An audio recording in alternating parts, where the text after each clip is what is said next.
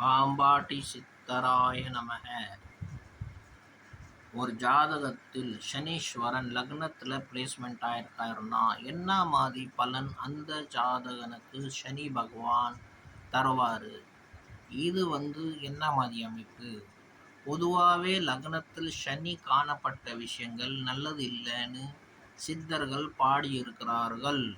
நானும் அனுபவத்தில் பார்த்திருக்கிறேன். பட் இந்த மாதிரி ஒரு பொசிஷன் இருந்தாலும் அவரோட ஃபேவரபிள் சில ராசிகள், சில மூல திருக்கோணங்கள், சில அமைப்பு ராசிகள் உண்டு.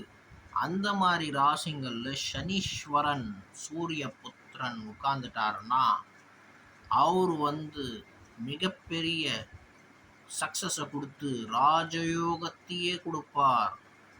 துலா லக்னத்திலே உட்காந்துட்டாருன்னா, துலா ராசியில் உட்காந்துட்டாருன்னா மிகப்பெரிய ராஜயோகத்தை கொடுப்பார். இருந்தாலும் 36வது வயசுக்கு அப்புறம்தான், 36 ஏஜுக்கு அப்புறம்தான் அவருக்கு ராஜயோகம் ஸ்டார்ட் ஆகும். பஞ்சபுருஷ மகாராஜயோகம் ஸ்டார்ட் ஆகும். அது வரைக்கும் அவருக்கு நாலேஜை கொடுப்பாரு. சனீஸ்வரனோட வேலை என்னன்னா நுண்ணறிவு ஆராய்ச்சி, ஆன்மீக ஆராய்ச்சி, ஃப்ராடுங்க எப்படி இருக்கானுங்க, நல்லவங்க எப்படி இருக்காங்க, மத்தியஸ்தர்கள் எப்படி இருக்காங்க, இவங்களை எல்லாத்தையும் ஆராய்ச்சி பண்ணி அறிவை கொடுத்து அப்புறம் பொக்கிஷத்தை கையில் கொடுத்து நிர்வாகத்தை கையில் கொடுப்பார்.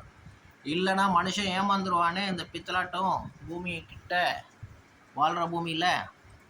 ஸோ அதனால் எல்லா விதமான நாலேஜும் கொடுத்து அப்புறமா அவனுக்கு கையில் ஒரு தொகையை கொடுத்து இப்போ இதை எப்படி அனுபவிக்கணும்னு கற்றுக்கோ. அப்போ எல்லா விதமான நாலேஜ் வரும்போது என்ன ஆளுக்கு வெறுத்தி வந்து விடும். அப்போ எதில் போய் ஜம்ப் பண்ணுவான்?